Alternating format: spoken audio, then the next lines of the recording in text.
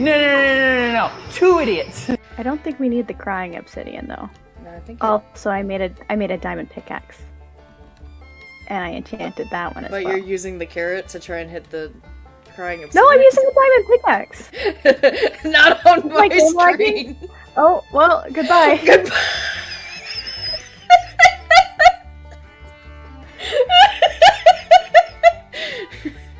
What? No love for me. No love for Leon. Rip Leon. Rip Leon. King of the Twinks is truly unlovable. Only loved by other twinks. Nemesis is not a twink. That's true. Nemesis could be a twink if he wanted to be. But he's simply not. He is not. You know what? It's not his fault he looks like that. Okay. He's like I mean, listen, I could be by your reasoning, I could be a twink if I wanted to be, and yet here we are. Are you not a twink? Wait a minute. Let's I'm gonna cry. Jokingly, like, went around like, I am the Lorax, I speak for the trees. If you don't reflect, I'll break your knees. That's fair. What are you doing, Rail? Oh my god. I watched it with my own eyes.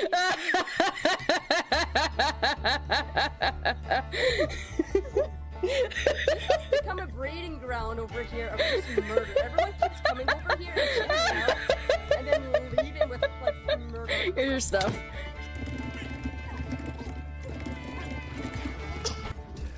Oh, no crimes for me. Oh, I've made mistakes.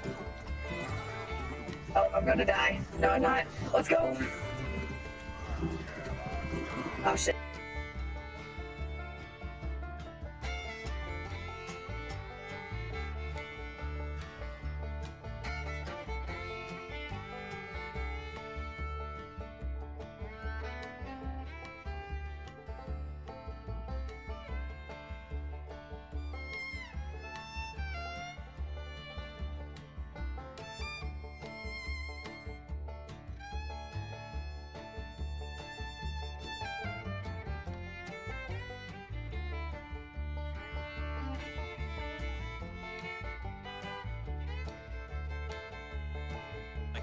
You're in a tight space.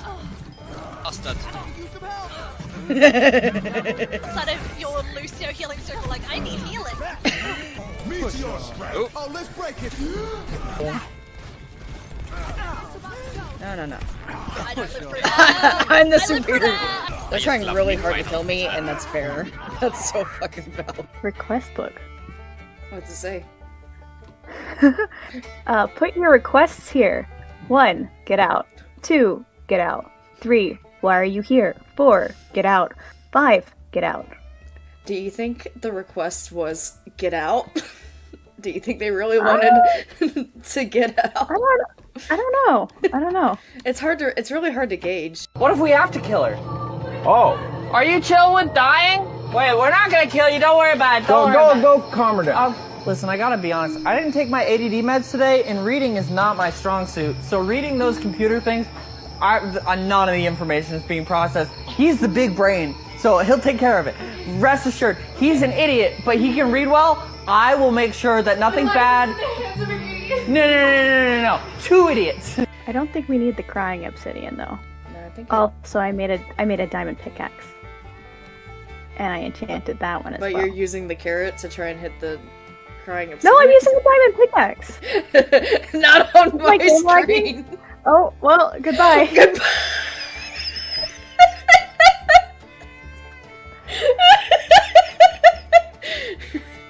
What? No love for me. No love for Leon. Rip Leon. Rip Leon. King of the Twinks is truly unlovable.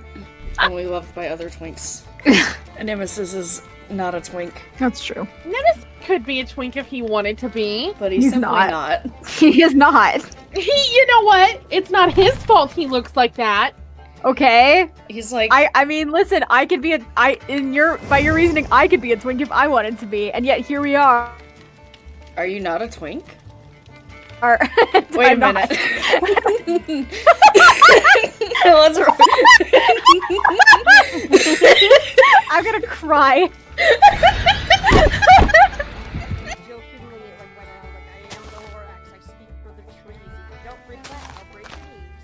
fair. What are you doing, Rail? Oh my god. I watched it with my own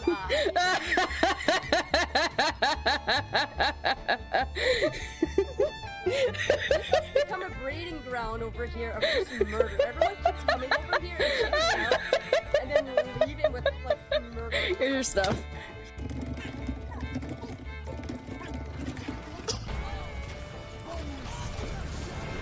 Ash is so low.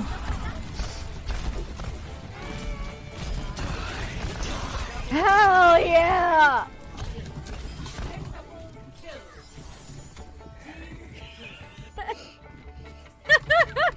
I'm one of the stupidest people to ever walk the earth, and I made it up your staircase. Yeah. He's even dumber than me. That's not. How dare you? It's a bit. I didn't mean it. Okay. Yes, I'm dumber than him. I meant it.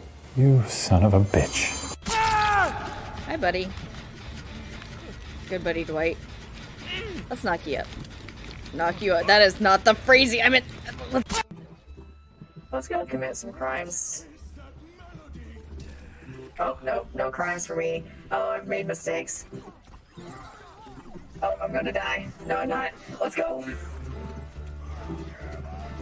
Oh, shit.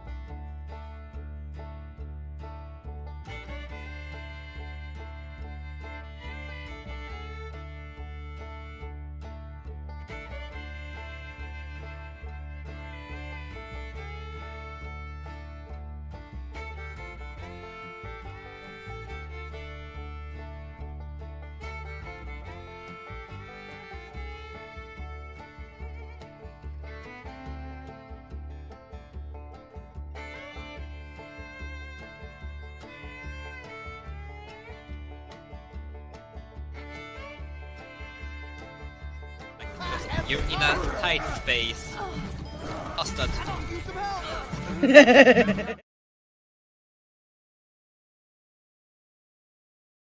Hello, hello. Welcome back to the Sleepy Cogs Reddit reading. Oh, hello. I'm blue. Yo. Yellow is here. They're very sleepy, but they're vibing. Hey, it's almost like we're named after.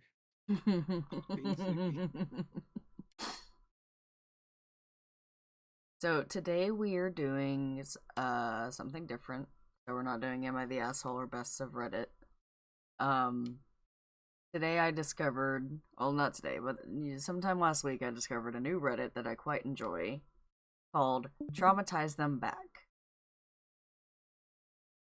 So today we'll be going over some of those Reddits, which are fairly short, and then we'll go check out the petty revenge and pro-revenge Reddit so we can stick with the theme. So, if you don't know what Traumatize Them Back may mean in this context, it usually means that someone said or did something pretty shitty to you, and you met their energy.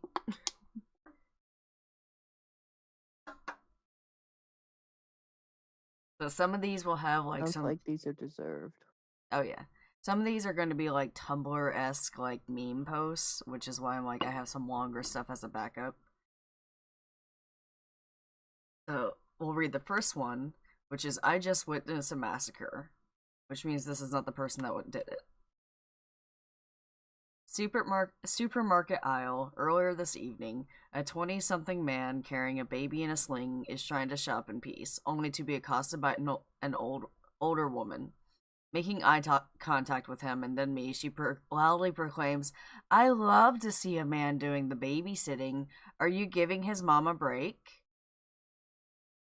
To which he replies, "I am her mom. I just haven't had a chance to look after myself much with a newborn." Damn. Clearly dying inside, the woman splutters, bows backwards, apologizing, and disappears around the corner. He then casually says to me, "I'm her dad, really. I just don't like it when they call it babysitting." It was legendary, perhaps the greatest thing I've ever seen in real life. I laughed so hard, especially when I rounded the corner and realized she'd heard him, dumped her trolley, and left the store. Dads of Reddit, next time someone calls taking care of your child babysitting, follow his example. They'll never do it again. I mean, they right. Crazy.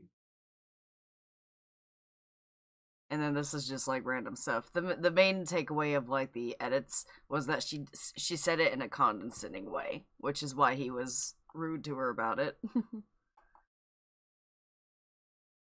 So this is an older one because I went to try and click like the best one. So this one was from a year ago. So a lot of these you'll see a whole bunch of edits because there's not as many limits as like Am I the Asshole and all that. Most of the Reddits are not like anything important.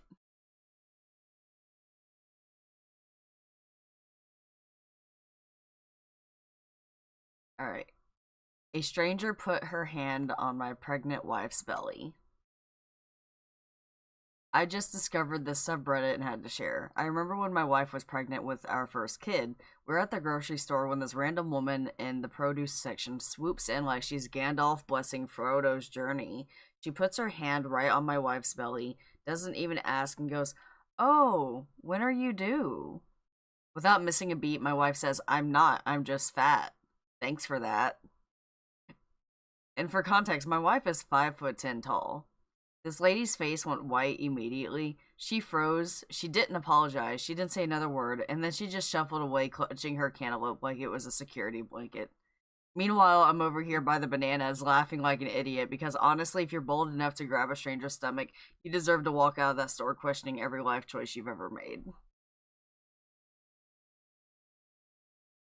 I've heard this one a lot, where someone will comment on... Which, first off, don't comment on someone's pregnancy unless you know for a fact they're pregnant. It's not even that. It's like, why are you walking up to them and getting into their personal space and touching them? As if it's your right to do so. Yeah, like, why are you touching strangers? If someone strangers? fucking did that to me down the line, I would punch him. No hesitation. Don't you fucking touch me. Like, levels of... Absolutely not. It's always older women, too, who think they can do that. Well, then I guess I'm gonna punch an older woman. Yeah, I'm just like, it doesn't make any sense. I read in the comments, though, that what this one person does is she reaches back and touches them on the stomach. Mm-hmm. And when they look at her weird, she goes, "I thought we were touching each other inappropriately." Mm-hmm. That's the best response. But yeah, Like- no, like, straight up, if someone ever did that to me, I would deck them. Yeah, that's so fair. No hesitation. I think some people get so surprised by it, and they don't have the fight response. So it's like, because a lot of people don't talk about it, because people talk about fight versus flight. Most people don't have the fight or flight response. A lot of people have the freeze response. I have the fight response. Oh, me too. If I someone just have touches to me, restrain it. yeah, if someone touches me, I throw hands. I've had to like temper it a little bit because a lot of people are touchy at work, but not in the like they're feeling you up way, but like they'll pass by and like pat your shoulder or something. And I, like I'm used to be very touch phobic. It's still kind of there, so I have to like be chill about it. For me, I'd probably shove them away. Unless it's like a family member, then I'll punch them. Yeah, that's I why give people like the hairy eyeball if they like have the audacity to touch me, and they back up pretty quickly. But it's just like that warning of like, you gotta keep doing what you're doing. yeah. So this is gonna get very violent very quick, and because they're in Australia, people don't fuck with that. That's so fair. The ones who have done it to me at least have been comfortable enough with me that it's not like a full stranger doing it. But it always catches me off guard. Especially if I don't know they're coming. I'm like, dude, don't sneak up on me. Don't do that. It doesn't happen super often, but you don't want to deck someone at your job. That's how you lose your job. Oh, I don't care if it's at my job or not. That's Do not how touch me. that's how you lose your job. Yeah, no, at my delivery driver job where I was the only AFAB person, if someone touched me, game over. So they like knew to keep their space. That's fair. Yeah, no, that's like, there's very few things that will get you fired at our job. That is one of them. That is one of those very few things. it doesn't matter if like they like touched you, especially if it's nothing inappropriate. Most of the time, they will just also get fired. Maybe. Yeah, no. I was pretty chill. I did like backslap someone at one point for like very unintentionally. Like they had like they were just trying to like shift me to the side so that they could go get something. Mm-hmm. But in that like emotion, I like I backhanded their arm. Oh yeah, that's probably not as bad. Mm-hmm. Yeah, no, like it was pretty chill. Like they were chill about it, and they like quickly apologized once they realized like who I was. I was like, oh, yeah. Yeah, the last person who like touched me without warning, because like it with friends and stuff, I don't mind like at like the rare hug and stuff, especially like now. But like back then when I was way worse about it, one of my guy friends came up and hugged me like from behind. And he got full decked in the face. Like, just immediate. He's like, yep, I learned my lesson. Never fucking do that again. Never hug my fiance from behind again. I never learned. I'll do it anyway. Well, I'll see how where this is going. I mean, it went fine. Yeah, no, it's fine. I like I said, I'm much better now, and I was hanging around you, so it wasn't like a stranger. This was like I was on the school grounds and I was standing outside. So he got like not knocked out, but he got he got knocked hard enough that he was like, damn. Never doing that again. Yeah, he's like, nope, I know. He's like, I'm not gonna press my luck, because he was like one of the few people that I did like do like goodbye hugs and stuff with. So he's like, yeah, I'm not gonna press my luck. I know where the boundary is now. No sneaking up. Yeah, he took it in good faith. He learned that too. He warns people. He's like, don't sneak up on them. Don't give them surprise hugs. If you think it's funny, it's not. You lose an eye. Yeah, only one other person did it, and I didn't hit him, I just embarrassed him. What'd you do to him? He came up and put his, like, arm on my shoulder, and I, like, very pointedly, like, looked at the person in front of me who, like, watched it happen, and I, like, ducked down, and I shifted away without saying anything. And it was definitely, like, a punch to his ego. It's like, don't come up and wrap your arm on my shoulder. Don't do that either. He didn't sneak up on me. That's why I was like, I had like the forethought to be like, no, you're not one of the people that can hug me. The person who was watching was probably like, they gonna punch him? No, people started laughing. No. I mean, like, Yeah. when initially watching, like, he come up to you and everything, just internally thinking, like, I wonder if they're gonna punch him. Yeah, there was, like, a very long moment where we were, like, staring at each other, so I'm pretty sure. Because I was a mean son of a bitch in high school. A mood. Especially, like, not early, but, like, I think about a year in, I started being mean. Yeah, mine was like kind of a year in. I was very likable. I was very charismatic, but I was also mean. Because I did not tolerate high school nonsense when it was directed to me. And so I was much more extreme in my response to whatever the fuck people were doing to try and mess with me. Like, even if it was friends. So No, I was one of those kids who, especially, like, in that first year when I was, like, a little too nice. And even then, like, friends are still like, you're still a little bit, like, mean and blunt and stuff like that. Like, if you could fix that about yourself, then yeah.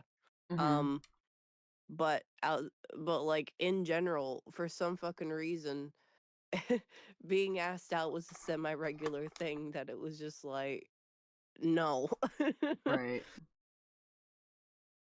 And I didn't know how to say no to people back then either, but it was also like the lack of like respect for space and everything. Mm-hmm. I hated people in general, so I avoided.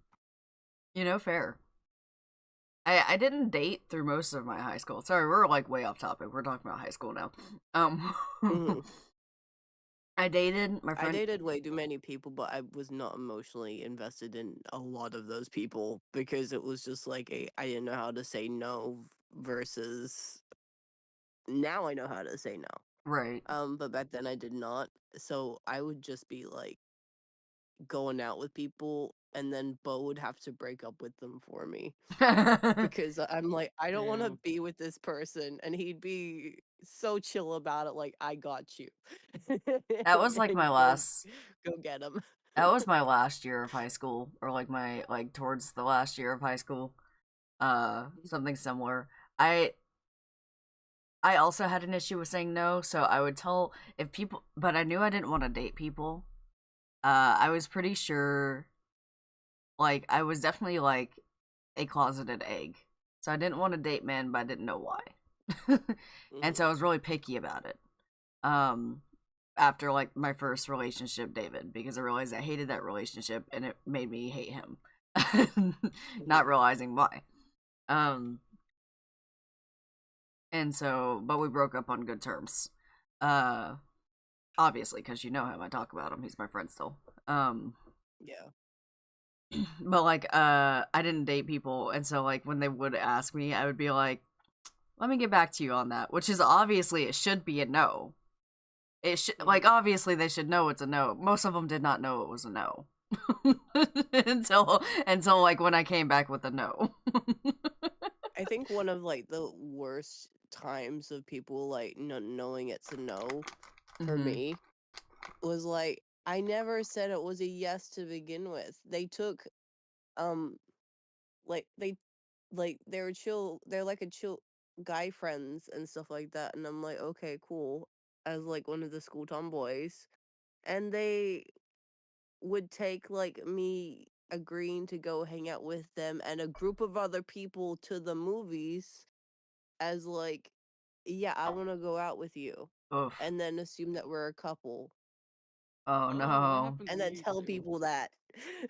Oh, that wait, that happened to you too, Blue? Yeah, a group of friends invited me to watch a movie, and well, yeah, she thought I was going out with her specifically. Oh no. Yeah, It's I the think they were worst trying to fucking set thing us up, too. and I wasn't told. Oh. Yeah. Yeah, no, I didn't start liking people that I was going out with until I was 15. I went out with so many people before that.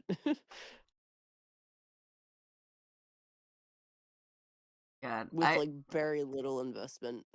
the ones I did go out with, I did like, and I was fairly close to, but I just like couldn't distinguish like romantic like with platonic like, and I still struggle with it. That's not new, but like it was just like particularly bad when I was younger, and so that's why I would like date people who were like my friends, because it's like, well, we're really close friends. That's what you do, and then like, you know, like for David example, because he's my biggest example. You know, like partway through the relationship, both of us were kind of like, this is not a romantic relationship. We're just really close friends. Like we both kind of came to that conclusion. That also happened to you. Yeah, my first ex, that was her. My very first Yeah, like basically. Sorry, you go first. I thought it was a crush, but no, we were just good friends. Yeah. I think my very first one is dead now. So Is what? RIP. Oh, it was like a childhood one, like pre-high school. Oh. And I think he got into an accident when traveling to Japan with his mom. Oh. Yeah, because his mother was our Japanese teacher at my primary school. Oh. He didn't attend the same school or anything. I knew him through Through because her. I was basically raised in daycares, so I knew him through that. Oh, that's rough. Yeah. And then yeah, he stopped being there, and then I later found out like what had happened to him when I was like a bit older, and it had like asked her directly like, Oh, "Hey, so he was young. yeah." Oh. Um, Sorry, we I got don't way off remember his topic. name. Yeah, that's I don't remember kid. his name. I remember like what he looked like and stuff like that. I was just like, yeah, no, that was like a dumb childhood crush shit. Yeah, that's kid relationships for you. Mm. But yeah, no, he died. That sucks. That's crazy. That's some crazy lore you just dropped on us. this went like We got from way off zero to track. 100. We got way off track. And then Rin was like, "Oh yeah, my first like childhood crush died." Which incredibly unfortunate, but goddamn, that was a bomb. Yeah, and then my second one, I was too in the closet to come out to her. So See, my first relationship was a girl. That's where I was going with it. yeah, no, my second one, who like I knew around like a similar time onwards, I like even like, and even when we were like about to go to several high schools and stuff like that, I never said anything, and she does not know to this day. Oh, so you just had a crush on her. I had it bad for her, but I just refused to say or admit anything, and I was in the closet until I was 15. So like I liked her so long through primary school, and it got to like a point where like, so you know when people are like making jokes about people being gay and stuff like that? Yeah. I thought I got caught when someone did that to me. Oh And I no. was so upset. Oh I no. didn't. I was fine, but I was genuinely so upset because I thought I got caught in that moment Right. when it was just them fucking around and being shitheads. What you said did sorry, we're way off topic, but we're gonna just keep going. What you said Oh. reminded me that one of the reasons why I didn't date in high school is because there's only one like person in high school, like middle school and high school, that I had it down bad for, like through that whole time. And it should have made me realize that I just don't like men. But it was this one girl. And I was just like I was so in love with her. And like that I did not date anything. I didn't want to date anyone because I like, even while I was with David, I was like, because I was like, don't like cis men. I had a crush on her, which is funny because David also has a crush on her, or had one at the time. So we both had crushes on her. And like everyone knew I had a crush on her except for her. It like went right over her head. She was also not straight, but she just like, that's funny, over her head, because like the way I acted around her is how neurotypical people act around each other. So it's like, oh, that's normal. And it just never registered that she was like one of like 3 people that was allowed to hug me and also like basically cuddle with me all the time. Everyone else was like, yeah, there's something going on there. Because they knew my autistic ass doesn't like to be touched. But she's like, oh, I didn't think anything of it. I didn't realize you had a crush on me. I was testing the waters and you didn't seem like you had a crush on me. And I'm like, damn, you could have been with her to this day. Well, after that we did try. We did like, we didn't fully date, but like once she realized, we kind of like danced around it. But I realized that she didn't actually want to date me. Because before she found out, she tried to set me up with someone else. And she wanted you as a purse? Oh, no. So, like, before she found out, she thought I had a crush on one of my other friends because I talk about him a lot. Which was not true. I just like my friends, and I talk about my friends, especially if, if I have a friend that you haven't met yet, I talk more about them because I'm like, well, I want you to know my friend. I like my friend. And this was like an online friend. And so she thought that I was into him, and she was talking to him, and he was into me. And so she tried to set us up, but one, he was older than me. Oof. Like I think he was 22. No. And he what's the other thing? I just wasn't into him. But she like talked me into saying yes and all this other jazz because she was so convinced I was into him. And literally I had to get Kestrel to help me break up with him the next day. Oh yeah, literally that's just Bo for me. Yeah. That was Kestrel for me. Bo Bo before he had to like move to Queensland was just a absolute saint on handling my breakups. He had to do that like I think 40 times. Yeah. And then I tried to date her after once she realized. Mm-hmm. Like now that she knew and she admitted she was testing the waters to see if I was interested in her. I did try to date her and she basically like brushed me off like, "Oh, well I don't want to, so soon after like the stuff with like the guy." And I was just, and it was like one of those like, "Oh, never mind then." And I just was like, gave up on that immediately. Like I knew, I was like, nope, I know what's happening here. What's happening? That she just didn't really want to date me. Mm. Like it was, I realized it like pretty quickly. Like I still like, not immediately, but it was still like hung around her for a little while. We were kind of dating, kind of not, and then it like fizzed out. Mm-hmm. All right, let's go back to Reddit reading. How long is this stream? We've been talking about This has become a relationship stream. I'm so sorry. Stressful relationships. Doing traumatizing things. Yeah, we are talking about traumatizing things. Listen, at least she didn't like try to use you to experiment with her sexuality on. I don't know about that. Oh? I don't know about because that. you seem pretty certain about hers. I just don't know for sure. I haven't talked to her in a long time. Mm-hmm. So Reddit reading, guys. Yes. Yeah, let's stop trauma dumping and go back to traumatize on that. Yeah. Also, yes, I did say that as someone who's had to deal with people who did that. No, I figured. Mm-hmm. All right. Non-binary is fun. All right, let's jump back in. To another. Oh my god.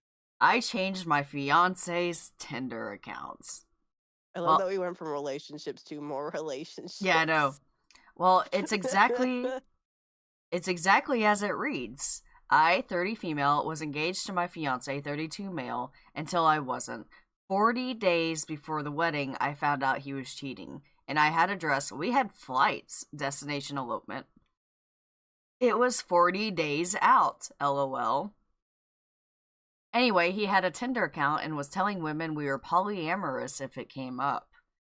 Well, before I fully called off the engagement, I went on his phone and I changed the Tinder account. I don't care if it's petty or evil. We had 2 kids, a home, a whole ass life. So I changed the account, replaced his photos with mine, deleted his bio, and even paid like $8 fees so he could see how many likes we were coming in. When he'd seen it, he shit bricks. After maybe 6 hours, there were already thousands of likes, men trying to match me. Shortly after I made him leave, I owned the home and canceled the entire wedding. Needless to say, I'm doing much better these days. So instead of calling him out as a cheater, she basically showed him, I can do better. There's lots of men who want me. Yeah, no, she was really just like, see all these men that want me? Yeah. We're not going to go through all the edits, but my favorite one was number 5. People have kids and don't get married. You don't have to get married. LOL. Build a bridge and get over it.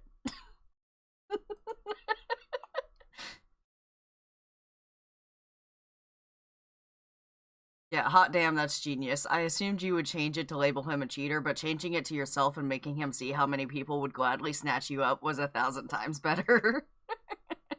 Yep. Honestly deserved. Oh yeah, 100%. A lot of these are that way. Oh, this one's one of my favorites. So this one was a TikTok. While eating my lunch at McDonald's, I noticed a little boy about 7 staring at me. He then walked up and said, "Why are you so ugly?" I paused and whispered to him, "I'm not supposed to tell, but I came back in a time machine. I'm you from the future." He walked away back to his table and cried a solid 20 minutes. That's really funny. Okay, hold on. I will read whatever this is. I haven't read it yet, so let's see.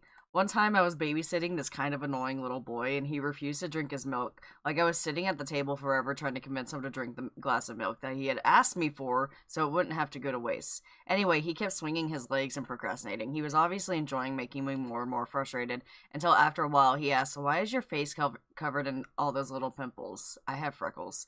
And I leaned in and very seriously pointed to my face and said, "This is what happens to your skin when you don't drink milk." He didn't even break eye contact, just looked completely horrified and slowly picked up the cup and drank his goddamn milk. Damn. The funny thing is, dairy can in fact cause acne. Oh my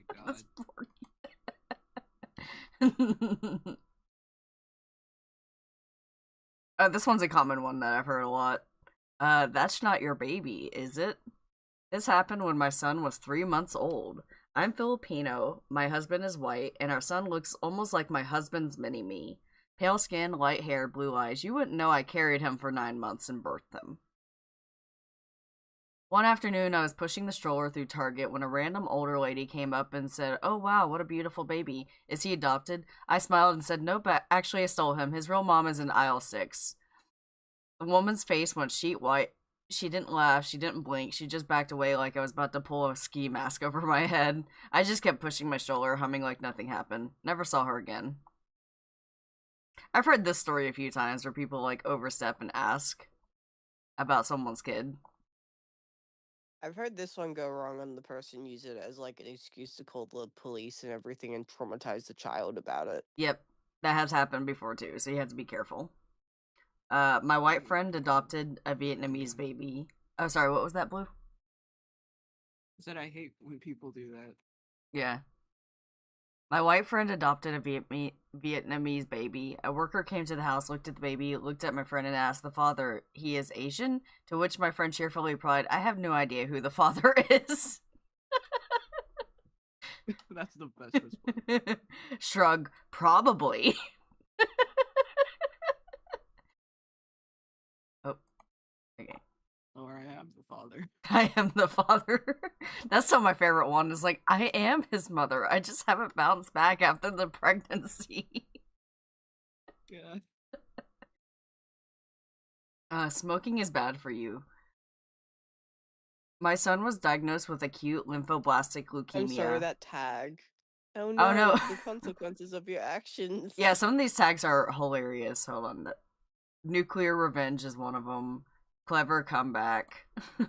Oh no, it's the consequences of your actions. My son was diagnosed with acute lymphoblastic leukemia when he was 4 years old. He is now 15 and doing well. And this meant he was often had days off school when he was having chemo or if there was an illness in class to protect him. We'd just come back from a chemo appointment and were lining up at the school gates to pick up his little sister when a lady walks up to the line puffing on a cigarette. Already a pretty selfish act in itself because it is outside of primary school and there were signs clearly stating it was a no smoking zone. Nobody said anything to her. There were some tutting and passive-aggressive murmured comments, but she went on smoking anyway. My son then asked if we can move, and I, not wanting to lose my place in the queue because once the gate opens, it is a huge stampede to get in, and asked why. In his sweetest 6-year-old voice without a volume switch, he says, "Because that lady is smoking and I don't want to get cancer again." The lady looked incredibly uncomfortable, stamped out the cigarette, and shuffled away. I saw a comment somewhere. Here it is. I would love to say that stopped her smoking, but I have no idea if that's true. I do know she's never smoked at the school gates again, as far as I'm aware. Yeah, why are you smoking outside of school? That's crazy. Wait, so the kid had cancer previously and was just like, I don't want to get it again. I don't want to get cancer again, and this lady is smoking. Like, Yeah. God. Sorry, Look there's at that a lady. bat. Right? That makes you look real bad.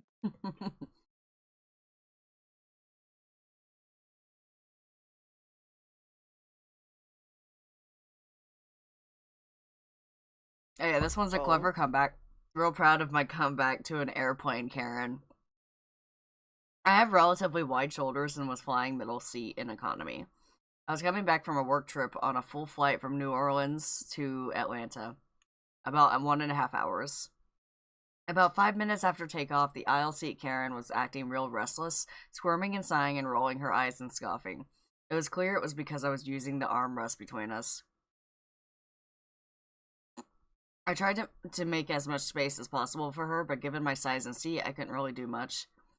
Then she snapped at me, going off about how nobody is impressed by your muscles, you take up way too much space, no one wants to deal with sitting next to meatheads like you, blah blah blah. So I interrupted her little rant and very politely but very loudly replied with, Miss, why don't you simmer down? This is a short flight, and if there's one thing no one wants to deal with, it's a crying child on an airplane. Window seat folks across the aisle burst out laughing. Karen was beet red and seething for the rest of the flight.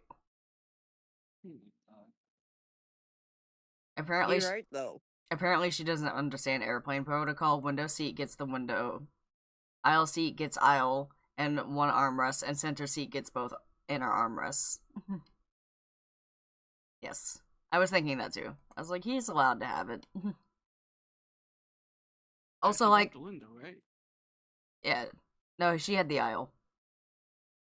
Oh, okay. Listen, as someone who has... She should be fine then. Yeah. Oh yeah, especially the aisle seat. I was in a window seat with with the person next to me being a lot more like overweight, and like he was like halfway like in my space, and it was like an hour. It was fine. It was no big deal. Like it really wasn't. Like I was just chilling. Like we're all sardines in a can. Especially for a short flight. If it's a longer flight, then I'm like, okay, I need my space. Which is why I got aisle seats for my other flights. But like, an hour flight... Flying can. Yeah, flying can. A flying sardine can. Yeah.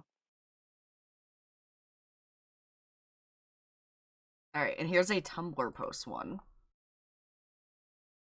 So this one's... Flying fish can. A little awkward. Let me actually... Because I think it reads easier if I'm... zoomed out more. Yeah, there we go. So, I'm a type 1 diabetic. I require insulin to live multiple times a day. When I was in middle school many years ago, we didn't have insulin pumps and had to use syringes and vials like everyone else. The school refused to let me carry it with me, meaning I had to go to the nurse's office several times a day to inject.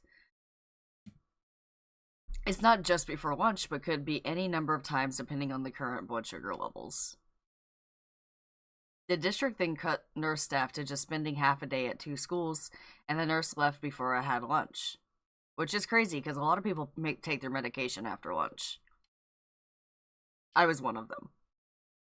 I asked the office staff to unlock the office so I could take my insulin and eat lunch. They refused. By middle school, I'd been dealing with T1 for about 5 years and didn't take shit on the topic. I went to the school lobby, picked up the payphone, I just dated myself, and called 911, telling them, hi, I'm at school, I'm type 1 diabetic, and the office won't unlock a door and let me take my insulin. They sent a fire truck. A bunch of firemen met me outside and walked me to the office and asked, while ignoring the staff, which room was the nurse's office.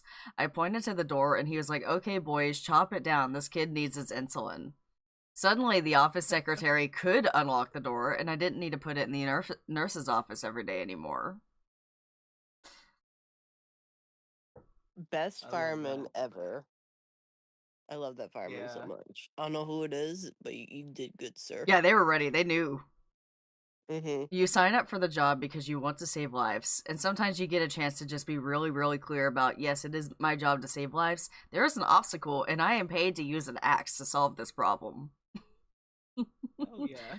Sometimes, Damn right. sometimes you are crossed out a hammer, an axe, and the problem really is crossed out a nail, a door. Sometimes you are just an axe, and the problem is a door. Yep. Alright, let me zoom back in. There we What go. are the comments in this Reddit post? Let's see. Why do people have no interest in helping kids take jobs that involve helping kids? This kid was smart. It's not about helping kids, it's about having power over people smaller and weaker than them. Unless smaller and weaker walks in with an axe-wielding firefighters. The vice principal at my school absolutely despised kids and made any kid's life hell if the principal wasn't around. I had an asthma attack once and got rushed to the office, and she refused to give me my inhaler, claiming I was faking it and no one needs an inhaler. Oh, I need more on this. The hell? And they haven't told us more. What happened? I'm like clicking. Oh, no more information. There's no more information. I just drop a bomb like that. That's awesome. We found out over the years, 5 kids, oldest is almost 25, that schools tend to make up rules and pretend it's the law until continued with the actual law. Then they get angry that someone stands up to their excrement.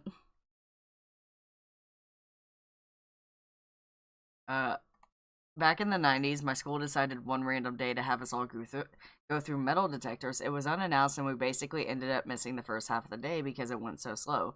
I don't think they found any weapons, but they did pull my friend out because she had a pair of scissors. Not even pointy ones. They took her to the office and threatened her with suspension or worse. She then explained that they weren't hers. They were given to her to borrow by one of the art teachers who came down to explain it. They still felt it necessary to call her mom, who, after hearing it, basically said, "If I have to come see you today about my child carrying a pair of scissors, you're going to see me many days in the future, but it won't be out of school, and there will be a judge present." They didn't pursue anything with my friend. Wow. A kid with scissors in school? I know. Using it for art? Yeah, that's crazy. That's such a good mom, though. Of just like, if I have to come over there for a pair of scissors, I am going to take you to court. Not to go down like another like memory lane path, but that reminded me of the time I brought an actual weapon to school, which happened twice. But one of them, Same. or quote quote actual weapon, it was a box cutter. And so I brought a box cutter to school, but the plot twist is I was using it to cut boxes. Because I was using it to fix my trifold at school because I was finishing up a project right before class. And I came to school early to work on it, and I got caught with the box cutter by one of the janitors while I was cutting it. And but what she said to me, she came up to me while I was doing it. She said, "You better be careful because there better not be any marks on my floor." And then walked away because I was cutting the boxes on the linoleum. And so she was... I mean, her job is just to clean the floor, so... Yeah, she was like, "There better not be any, like, grooves in the floor." And I was like, "Yes, ma'am." I was so freaked out because I knew what I had was not legal. Like, this was an expulsion level, like, thing, because box cutters are definitely, like, dangerous. Like, so... That context of mine. Sure. So, my mother, who's a nurse, needed, like, back in the day, needed Swiss Army knives. Oh, yeah. Quite often. And she, like, go through them pretty quickly of just, like, go from one to the next because, like, they'd have, like, slightly different builds and stuff. So I'd start getting them as hand-me-downs. And without really thinking about it, I started taking them with me to school. But because there's a knife in them, multiple knives actually, they're considered a weapon. Yep. And they sure because are. they were worried that I'd shank someone with that, especially with how much people annoyed me, they confiscated it. They didn't tell anyone. They just confiscated it. and said, "Well, if you want to get it back, then we'll have to call your parents to come pick it up." And then I'm like, you know what? You can keep it at plenty. Like, I'm good. I don't I need it. like had another one in my backpack and wasn't gonna say shit. Oh my god. Yeah, the only other time I brought a weapon to school was a pocket knife, and it was also by accident because I was like doing homework and I was also fucking with the knife. I can't remember what I was doing with it. And so I was fucking with the knife and I closed it and like put it in, like I left it on my binder, and then when it was time to like go to school, I just shut my binder and like put my stuff away and went to school with it in my binder. And I opened my binder in class, saw the knife just sitting there mocking me, and had to quickly close my binder and put it away. Especially because I was in middle school. Criminals. Do you know those Easter birds? No.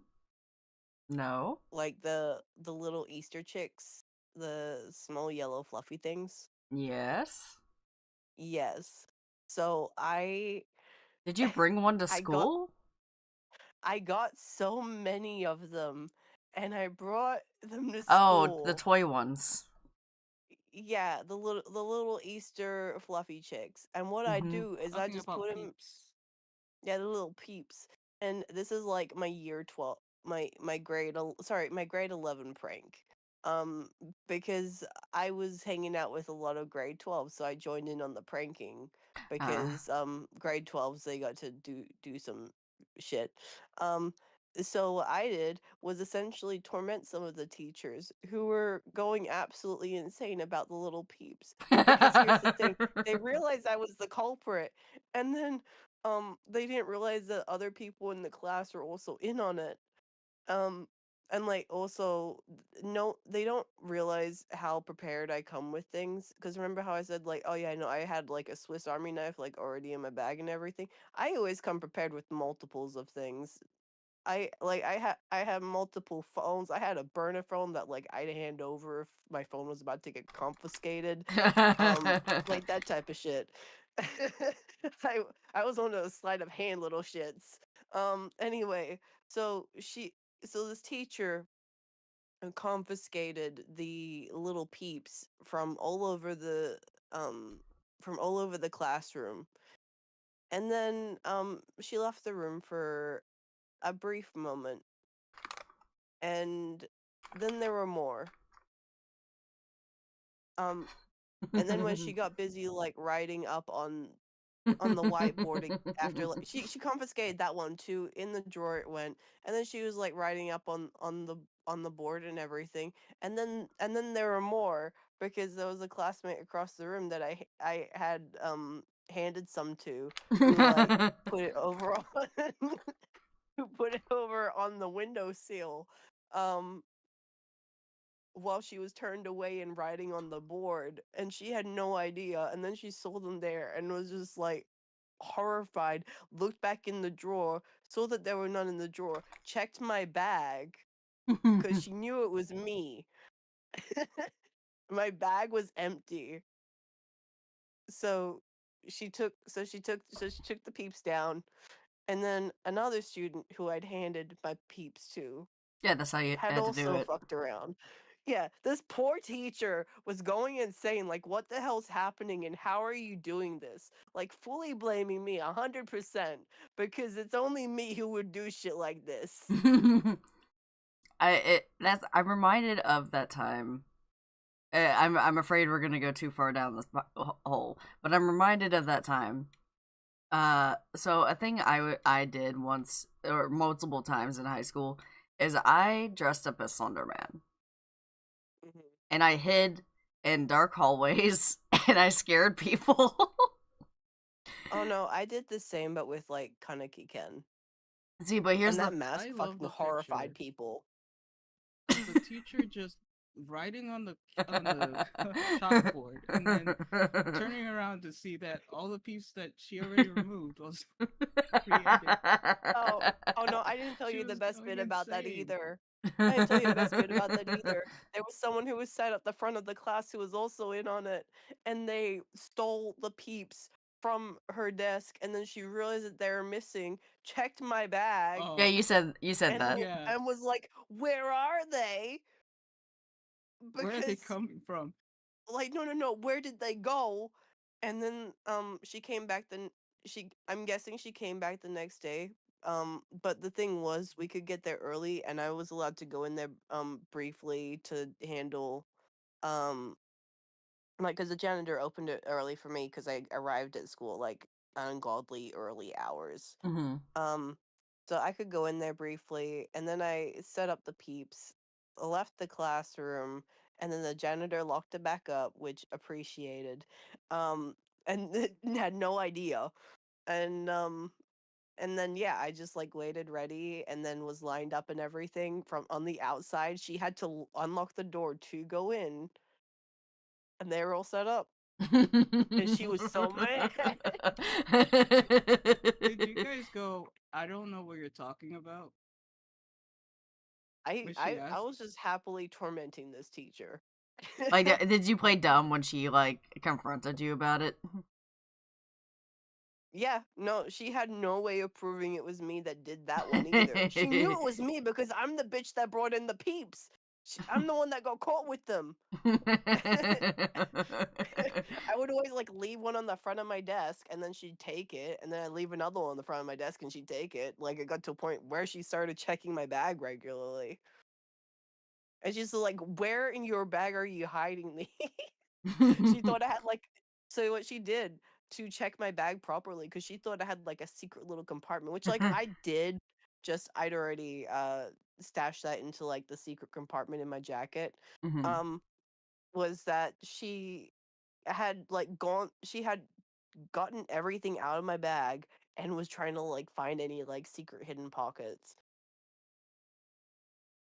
But yeah, like I said, I had like so few peeps left, at least on my person, that I just hid them inside my jacket in the inner compartment pocket where no one had access. She checked my outer pockets. There was nothing there. No. She never checked the inner pocket.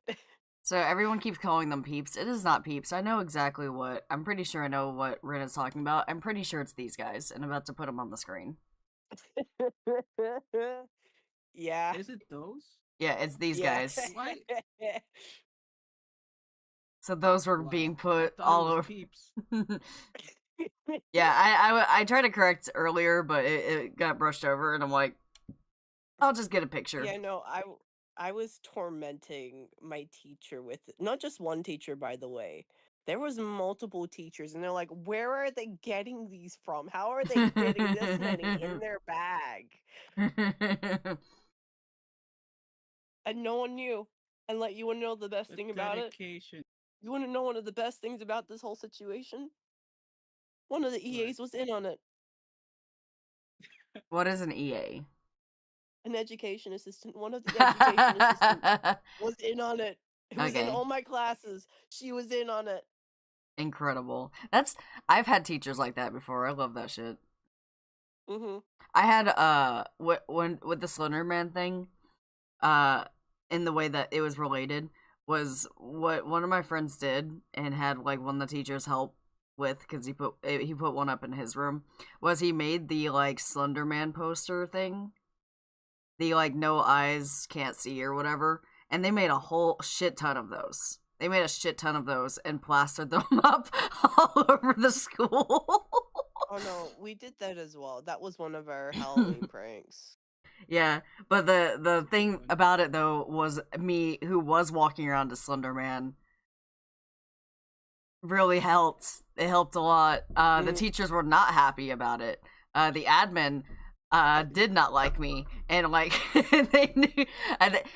It's not that they didn't like me. If they didn't like me, I would have gotten in a lot more trouble because you're not supposed to wear masks at school, especially those kind of masks. Yeah, no, here's the thing about that too, is like, no, you want to know how like die hard we were for Slenderman?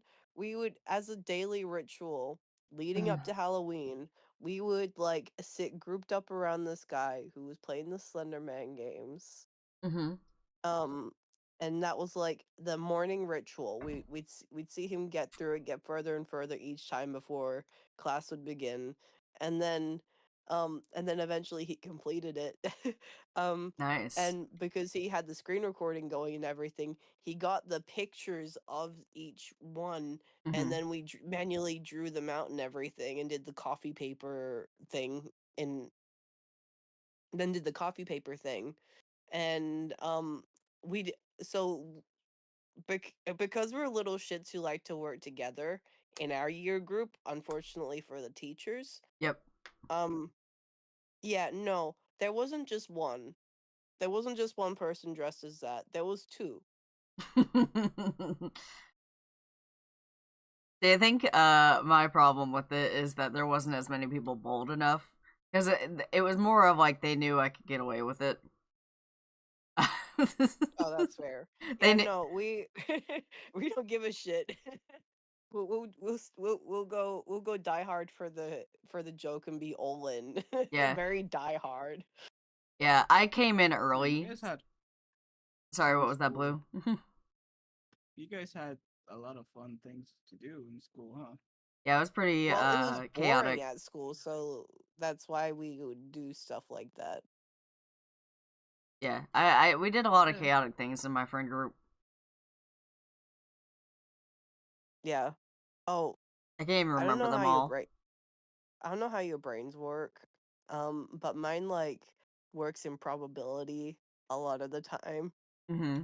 And this poor guy, he would always, without fail, as we're walking up to the science room, um, without fail, he would drop his pencil case every time. No matter what way we came to that science room, he would always drop his pencil case. So I made a bet with Was that him, and I bet him that that tomorrow when we go to science class, he's gonna drop his pencil case on the way there. And he's just like, okay, well, what do I get out of the bet if I win? And I'm like, I'll give you $5. And he's like, well, what do you want out of the bet if you win? And I'm like, um, lifetime supply of Oreos. And he's just like, all right, See this you're on. before you continue. This wasn't. If he does actually bring his pencil case to school, this was not a smart man. I would not have brought my pencil case to school. No, here's the thing. He did, and he lost because he dropped it as we were walking out the front of the science class. I'm like, God damn. why does that keep Like, happening? are you fucking with me? Was that intentional? He's just like, what? And then he like realized as he was picking up, was like, oh fuck. It's like I would have been I like thought more they were aware. trying to go for like him finally not dropping it because you did the bet, but nah, Nope. he failed. No, he genuinely like had forgotten about it by the next day. I'm just like, are you fucking with me right now?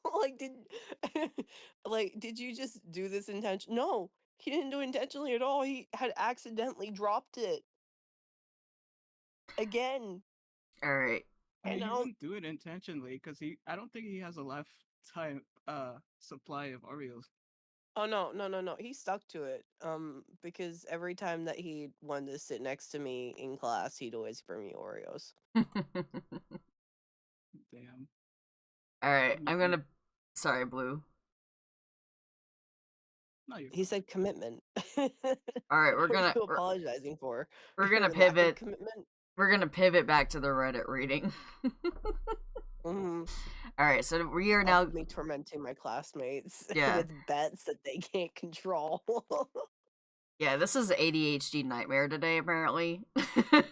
Yeah. No, here's my thing Uh-huh. though, is I don't usually make bets unless I know I can win. Or have like a high chance of winning. And when it came to, for some reason, when it came to this poor boy dropping his pencil case at the front of our science class on a regular basis, whenever we're going to science, it's not, whenever we're just walking past it, it's fine. It's when we are going there to science that it happens. And I'm like, okay, I'm going to make a bet about it. And I won.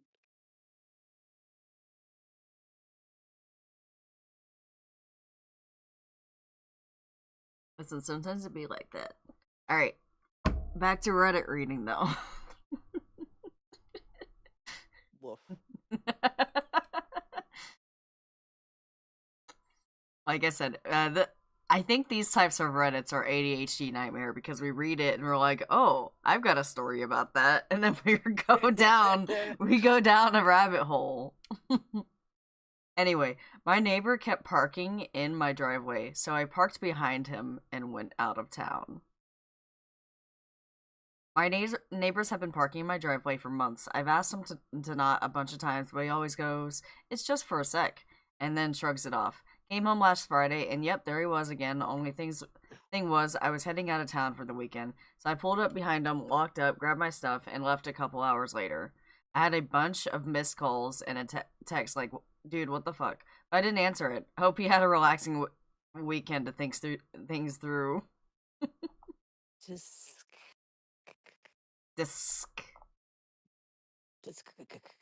I did this once. My driveway and my neighbor's driveway are adjoining. There's a fence that goes down the length of the driveway to separate them. They were having a party on Saturday, which never bothers me. What did bother me was a couple of their guests had parked in my driveway. I asked the neighbors to have them move them. When I came home, I was met with, I don't have to, from the owners of the cars. So I parked behind. Hours later, I heard knocking. I heard the doorbell. I heard the banging, but I didn't answer the door. Knocking started around 11 a.m. the next day. I answered. They asked me to move the car, and I said, I don't have to. And I shut the door. It was a holiday weekend too, Memorial Day last year, and I was off work until Tuesday. I didn't leave my house until then. This Memorial Day weekend, they had the same party. Only difference is no one parked in my driveway.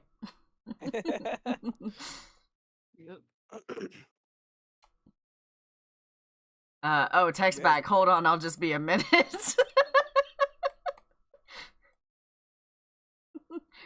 Relax, I was only gone for a sec.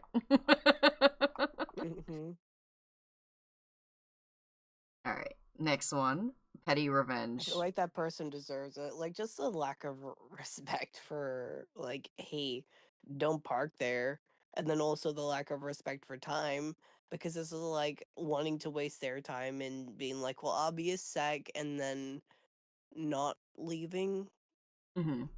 Like, no, I'm just gonna park there, and then you gotta suck it up and not have a vehicle for the next day. Right. Maybe 2, maybe 3. Depends on when I'm leaving next. What sucks, though, is when you live at a place and then people park behind you. And you've explicitly texted them in advance saying, do not park behind me. See, that's when you have that motherfucker Toad. Oh, no. I mean, like, these are also people that live with me.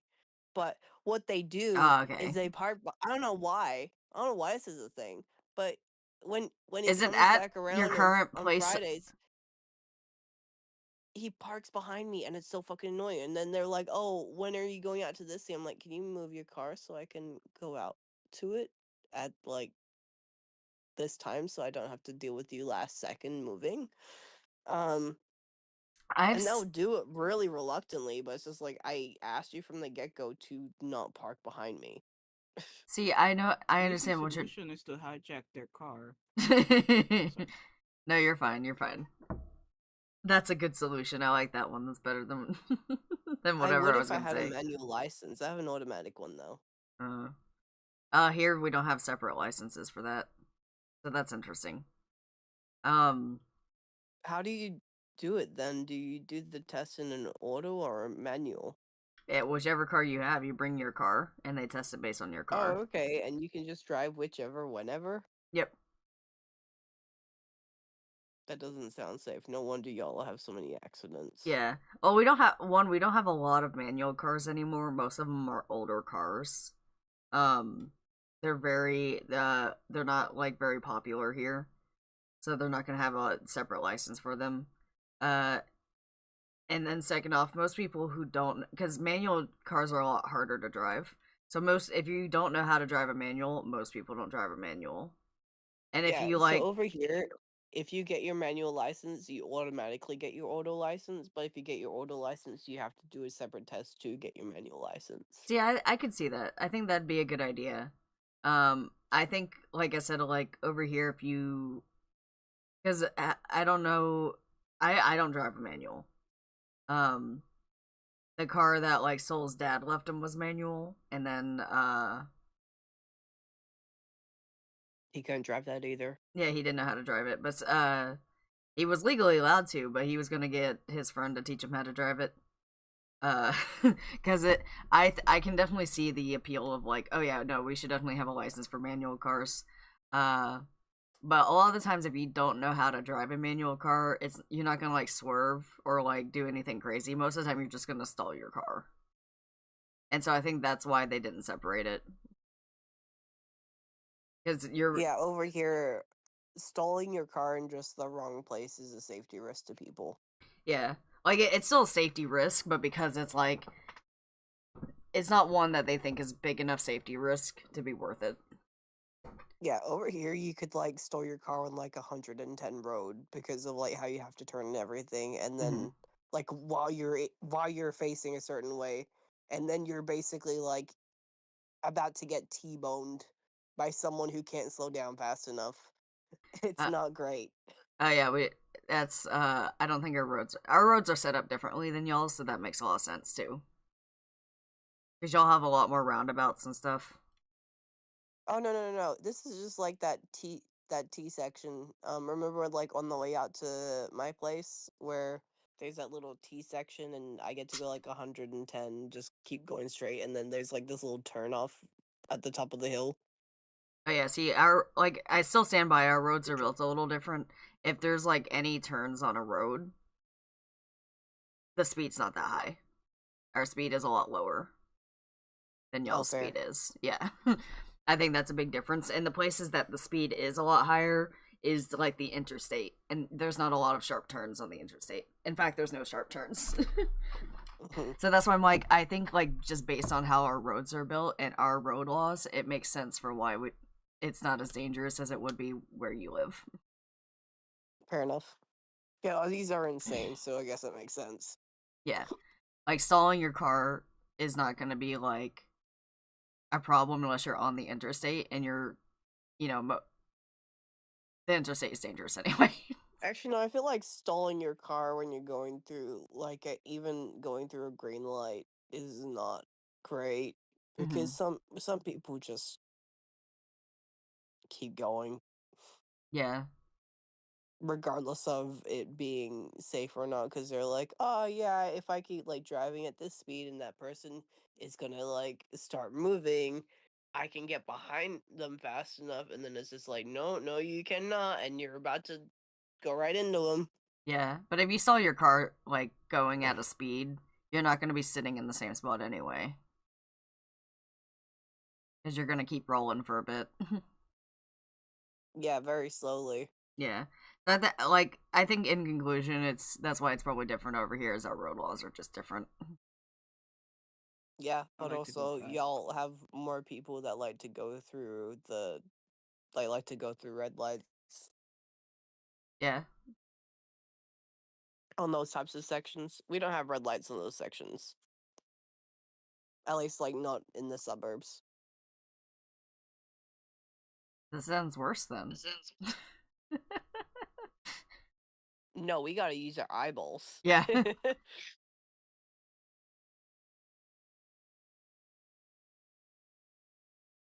Yeah, I'm like looking up like have to trust like a light.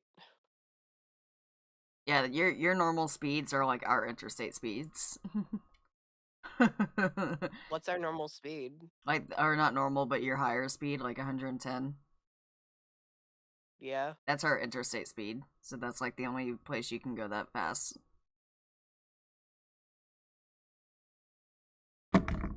And so that's basically like in general, people like running a red light assuming that you're gonna move at a certain speed when you are not. If you're stalling, is not great.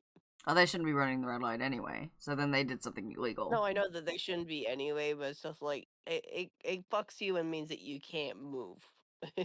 Yeah. In any capacity to get out of that situation, and you're just like helpless on the road. You're dead weight. Yeah, but then that's not the manual driver's fault. That's someone did something illegal. No, it's not the manual driver's fault, but it also like would fuck over the manual driver. Yeah. More. But like I Which said, is that's so unfortunate.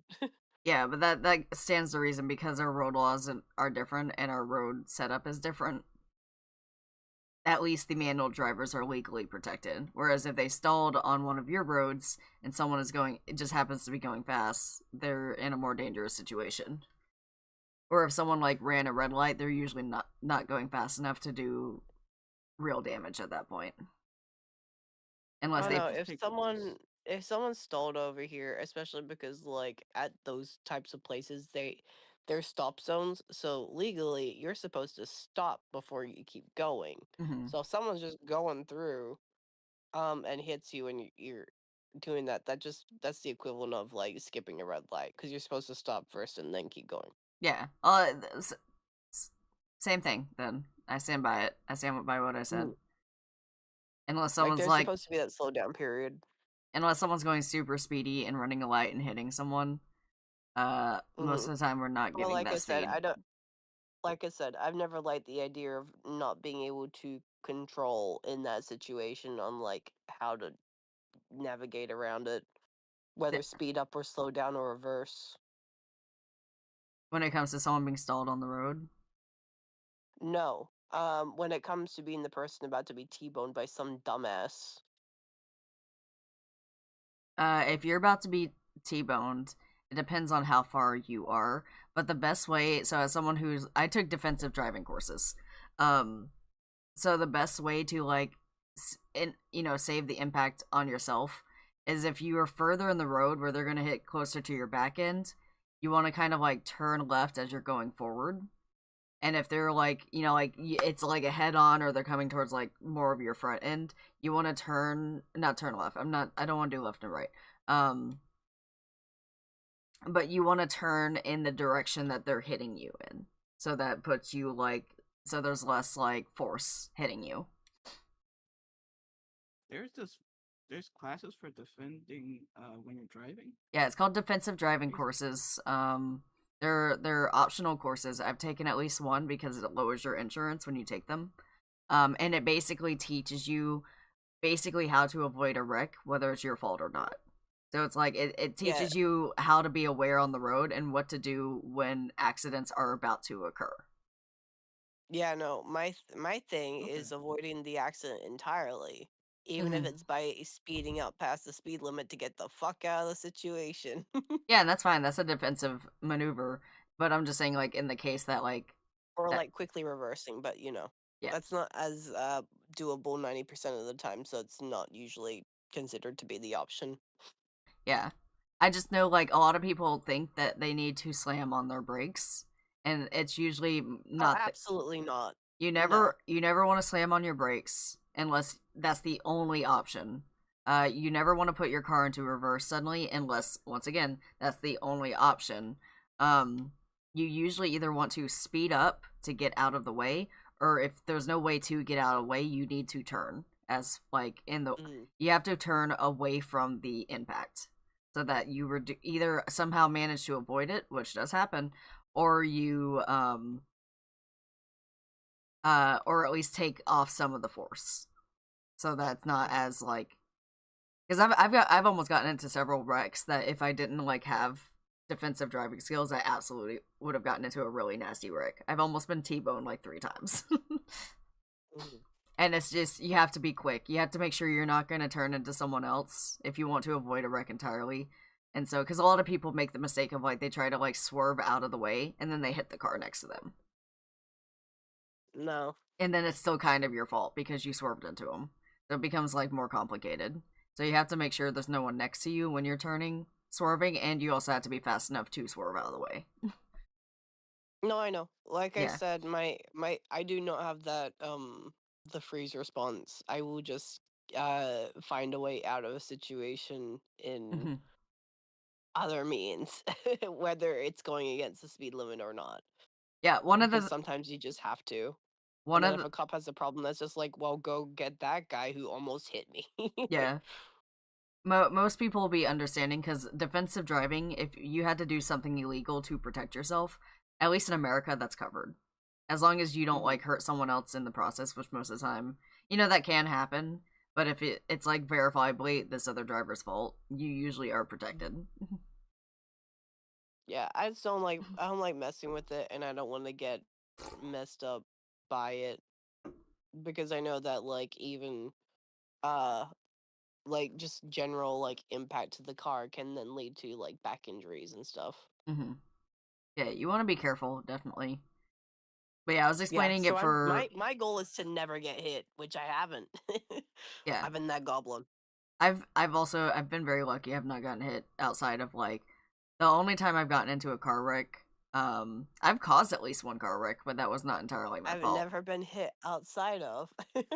But the only time I've like gotten into car wrecks is where I've just backed into someone. Because they were either because I used to drive a really big Jeep, and people would get like right in my blind spot. Like one person like parked on the road right on the edge of a driveway, and it's like they were not only in my blind spot but were illegally parked. And Go so up to their car. yeah, well, I technically had a ticket because you're also not technically allowed to back out of your driveway. So the person backing out of the driveway is always at fault, even though everyone backs out of their driveway. Why aren't you allowed to back out of your driveway? I wish I fucking knew. How did they expect you to get out of your driveway? You're expected to back into your driveway. No. Yeah. Absolutely not. Yeah. It don't make any sense. It's easy. You just rotate 360 degrees right Yeah. there and then. Well, it's also like, yeah, because I have not read that law, actually. That's just what everyone tells me. I think in general, though, it's usually the person who's backing up. They're at fault, just in general. Because you have more time to, like, stop doing what you're doing. And if you back out of a driveway and hit a parked car, you're at fault. Because they weren't moving. You had time to stop. And, like, I've only done it, I think I've done it twice, where I backed into one who was parked, and I was backed into another where I was backing out, and they pulled in behind me as I was backing out and stopped, because we were at school. So they had stopped to let their kid in the car or something, and I hit them. And so, but they didn't call insurance, I just paid to fix their car, because it was just chipped. It was some chipped paint. I was like, I'm not paying. I'm not, my insurance rates are not going up for that. Even if it's expensive paint. I hate that pearlescent paint. It's my nemesis now. Every time I see a white car that's like slightly shiny, I was like, I know who you are. I know what you are. I know how expensive you are. I know what you want. It was like $500. And, like, we picked the mechanic. And they're like, yeah, it's this expensive. And I'm like, well, fuck. Like, it wasn't even that she scammed us. It was like a mechanic we knew and we took her to. Because she let us pick the mechanic. Because she was, like, really chill about it. But it was, in fact, very expensive. But yeah, those are the two I've ever gotten in, but I've gotten into a lot of almost ones that I just, like, barely got out of. Like, not getting hit. Because people drive dumb. Alright. Let's get back Albany... to the Reddit reading. Yes, we should. Albany drivers are insane. I think we're forgetting that we're live, and we're just like, alright, time to shoot the shit. Yeah. Okay, Australian drivers are insane. You know, fair. That's fair. Georgia drivers are crazy. Alright. So, next one. Apparently booking a seat on a train is not a real booking if someone else decides to sit there. I was traveling from Edinburgh to London by train and had booked a window seat with a table. I got on the train to find 4 guys sitting at the table. The one in my seat that was clearly marked as booked refused to move as he was with his friends and the train was packed. The ticket collector passed and I asked him for help. He asked the guy to move, but he refused, and somehow that was that. So what now? I asked. You can find another seat, but I have no power to move him. Only the police can move him, and they will not turn up just to move someone out of their seat. There were no seats free in the carriage and probably not many free on the train, so standing to London was a possibility. I'm going to take a seat in first class. Better surroundings, power sockets, and free tea and coffee. You can't sit there, you don't have a booking. Well, you could call the police to move me, but apparently they won't turn up just to move someone out of a seat. I had a lovely trip with the power for my laptop in a wide, comfy seat. Don't know where they expected that to go. Yeah, because if they called the police, and that would then mean that they have to then be like, oh, yeah, no, this person's in their seat. Yeah, and then having to deal with that. Yeah, they shot themselves in the foot. They were like, well, it wasn't that big of a seat, so we're not going to worry about. But first class, the expensive place, now we're a little more worried about that. Mm-hmm. Apparently not worried enough because they just left them. And because your seat was not available, you can reclaim part of the ticket cost, I think.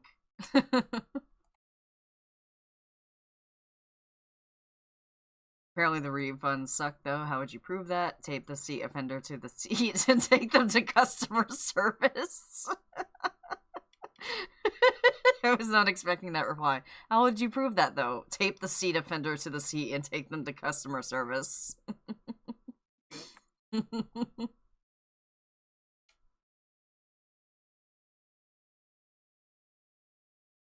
This one's short and very straightforward. A neighbor took my parking spot after I shoveled. I poured water on his windshield. It was a cold winter day. 8 inches of snow had fallen the night before, and the wind chill made it feel as if it were in the negatives, Fahrenheit. I drive an all-wheel drive SUV, so I have no issues getting out. My wife, on the other hand, drives a Prius, which slides with the smallest amount of moisture on the road. My car was down at the time, so we had to take my wife's car. I spent 45 minutes in the freezing cold shoveling that car out so we could get to the store. We were gone for an hour, and when we came back, our neighbor had taken the spot I had shoveled. Our apartment complex doesn't have assigned parking, but in the winter it's understood that if you shovel a spot, it's yours. So when I saw his car on the spot I had just shoveled, I was pretty pissed. I went inside and filled 2-gallon jugs of water, went back out and poured them on his windshield. Rinse and repeat. I must have poured about 10 gallons of water on his car. Being how cold it is, it was already freezing by the time I poured the last gallon on. It sat like that overnight.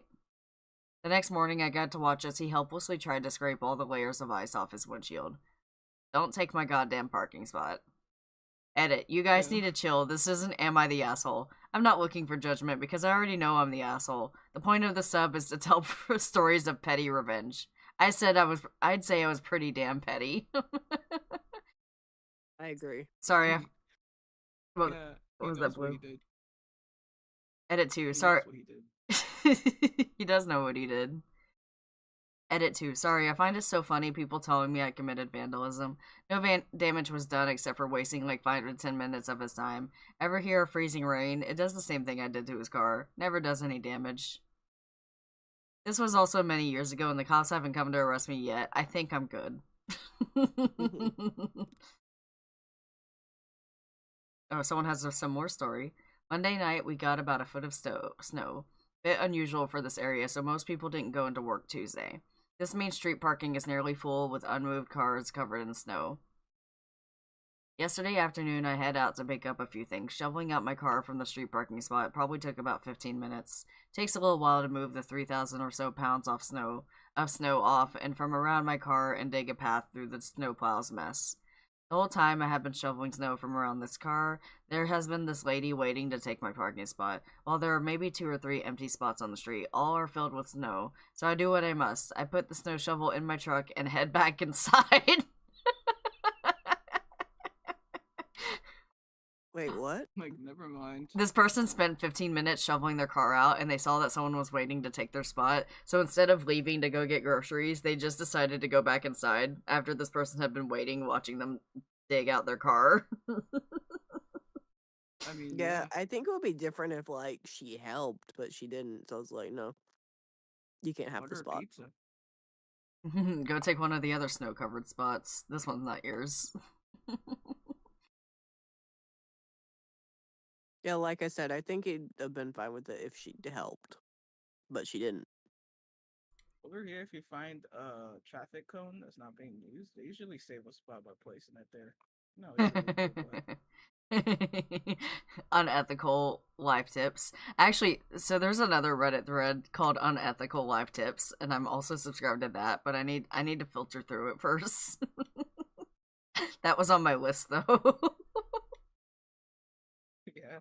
A neighbor of ours did it for my sister, put a traffic cone there so that when she gets back, she could just park there. Incredible. Oh, Very kind damn. of them.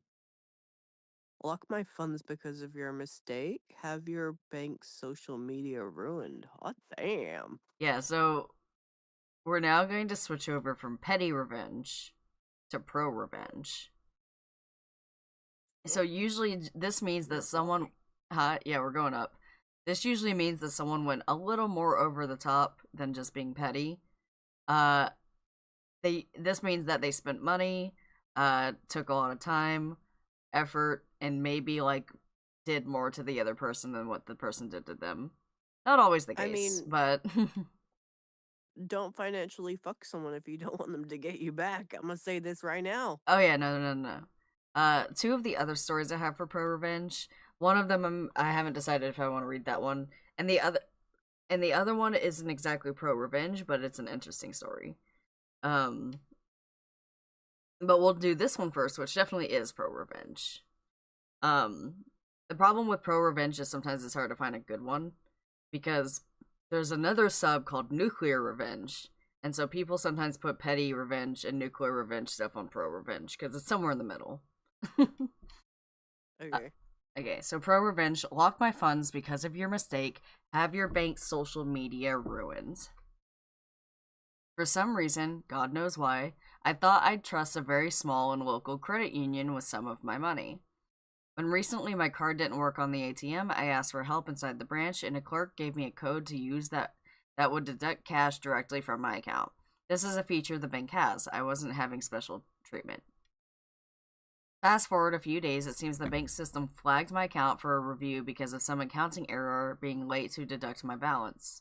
I didn't go on overdraft or anything, it was just a minor mistake from their side. And still, for over a month, all my funds were locked, and whenever I'd call my bank support, I was given snarky responses, sometimes even hinting that they didn't like my foreign-sounding last name. When I spoke to my family back home to vent about this situation, a younger cousin came up with an idea. Use some Russian service that pays people a few Russian rubles. One rub is approximately 1 USD cent for reference, each time to post whatever you ask them to on social media. This service worked like magic. The website even had an option to choose between American-looking profiles and other locales. After the most well-spent $3 of my life and some AI prompts later, the credit union's social media were flooded with hundreds of complaints. I'm sure this got to the right ears because on the same day, the bank's call center manager personally called me to say they understood my frustration, and even if I don't want my account anymore, the bank is ready to initialize a transfer of my full balance plus $50 compensation to any other bank of my choosing. Problem solved. They probably also realized there was no way to link this activity to me, and hence hinted at ending things on a positive note. Too bad I can't tell the Russian bots to remove their posts. That will be someone else's problem now. Damn. Good. It's so easy to make. And this is where I found unethical life pro tips. Yep. There it is. Some of these are really unhinged, so I don't want to go in raw without filtering through them. Because some of them were like, I read the first few and I'm like, oh, I need to sit down and like go through them. Because yeah, no, never fuck with someone's funds. They will get you. Yep. Yeah, Pro Revenge has some good stuff. I'm gonna look. This one's a little more filtered, so I'm gonna take. But it doesn't get posted in very often because it is filtered and they are picky on what is counted as Pro Revenge. So when I try to look for top of like today, there's like no posts from like the last couple days. But yeah, there's the only problem with them is that, you know, some of them are very long or not super interesting. But we'll look at some more later.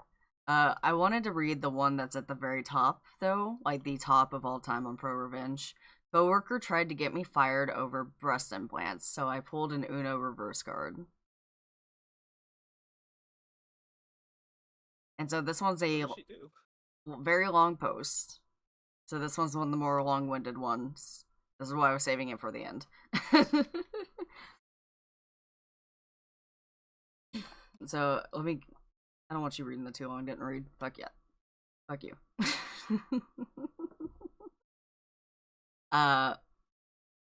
So edit. Regardless of my reasons for getting implants, I still should not have been harassed over them. It just happened to be relevant here because it made Jill look like a real dick, which is probably why she reported me. So that's a fun little edit to introduce you to the story so far. 4 years ago now, when I was 24, my mom died of breast cancer, and as both my grandparents had also died of it, I saw a specialist for a screening. I found out I had some cells in one of my breasts that could have turned cancerous at any given moment. I was told I had a few options. I could have regular screenings every 3 or 4 months until it does develop into cancer. I was told the risk of the cells becoming cancerous was very high due to my family history, but it could also potentially never could turn, so I'd just be going to these screenings for no reason. And also for however long. 2, I could get a single mastectomy on the breast with the bad cells, but they need to keep an eye on the other one, so I'd still need regular checkups for the other one. 3, I could get bilateral mastectomy and remove all of my breast tissue, basically eliminating the risk. I went for the bilateral mastectomy. It was admittedly the most drastic option, but after seeing what cancer did to my mom and grandmothers, I didn't want to risk it. I was warned about scarring, but told it should be fairly minor. It wasn't, and I was left with 2 huge pink jagged scars on either side of my chest.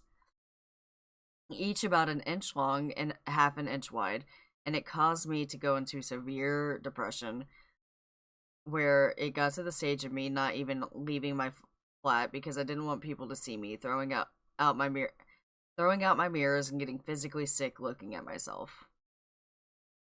I went to a therapist who suggested a plastic surgeon. The therapist said they'd never normally do that, but it was clearly something I was struggling with and I might never get over it, and the therapist could see why I struggled with it. Although I'll admit the therapist did send me to ask about scar reduction. The plastic surgeon suggested a cream, a laser, or implants. The cream didn't work, and the laser was both expensive and risky.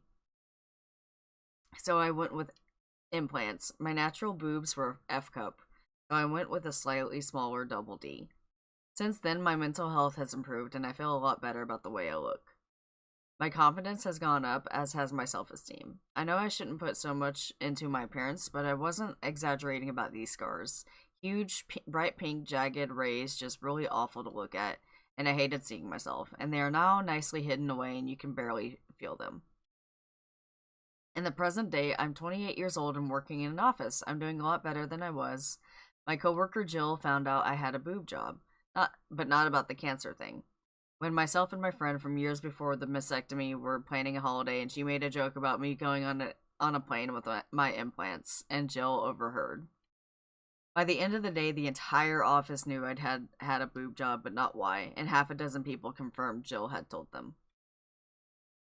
Over the next few months, Jill made many jokes and comments about my chest to coworkers when I was in earshot, at one point saying I had more plastic than Barbie and calling me fake in 2 ways. I didn't hear this one myself, but a friend in my office told me that Jill had at one point referred to me as a sack of silicone. I don't know what her problem was exactly, but at one point she mentioned the National Health Service, so I assumed Jill thought I'd got them done for free on taxpayer money. I'd gotten mastectomy on NHS, but gone private for therapy and implants. Asked her to stop more than once, but unfortunately the places I talked to were places like the lift and the women's bathroom, where there aren't any cameras. And Jill kept making comments no matter how often I asked her to. I wouldn't say it was every single day, but I heard at least 3 comments per week for 3 months. Here's the thing. I'm gonna pause right there. If these things are happening, HR sucks. A lot of people don't like HR because they're gonna try and protect the company. Yeah, but this is literally just harassment. It's the easiest case for HR. Yeah, this is the easiest case for HR. You want to get ahead of it because if something happens and she gets ahead of it, it becomes a problem. Yeah. You always want to get ahead of these things. I've only had one situations where I almost reported to HR, and the only reason why I didn't is because I wasn't working with that person anymore. But like, if someone's making you uncomfortable and doing things that's like discrimination or a hostile work environment, you've got to just like pull the trigger. Especially in an office setting. I can understand being wary in like a blue collar setting, which is my setting. I would not report for everything I hear at work because it's just like, it's not a battle I'm willing to have. But if you're in an office setting, especially with so many like social obligations and like having to be around your coworkers, absolutely report to HR. This is clearly harassment and hostile work environment. Like, I don't know if they use that term, and I'm assuming this is Canada, based on NHS. I don't know if they use the term hostile work environment in Canada, because it's not like a common one in some countries, but this is the definition of it.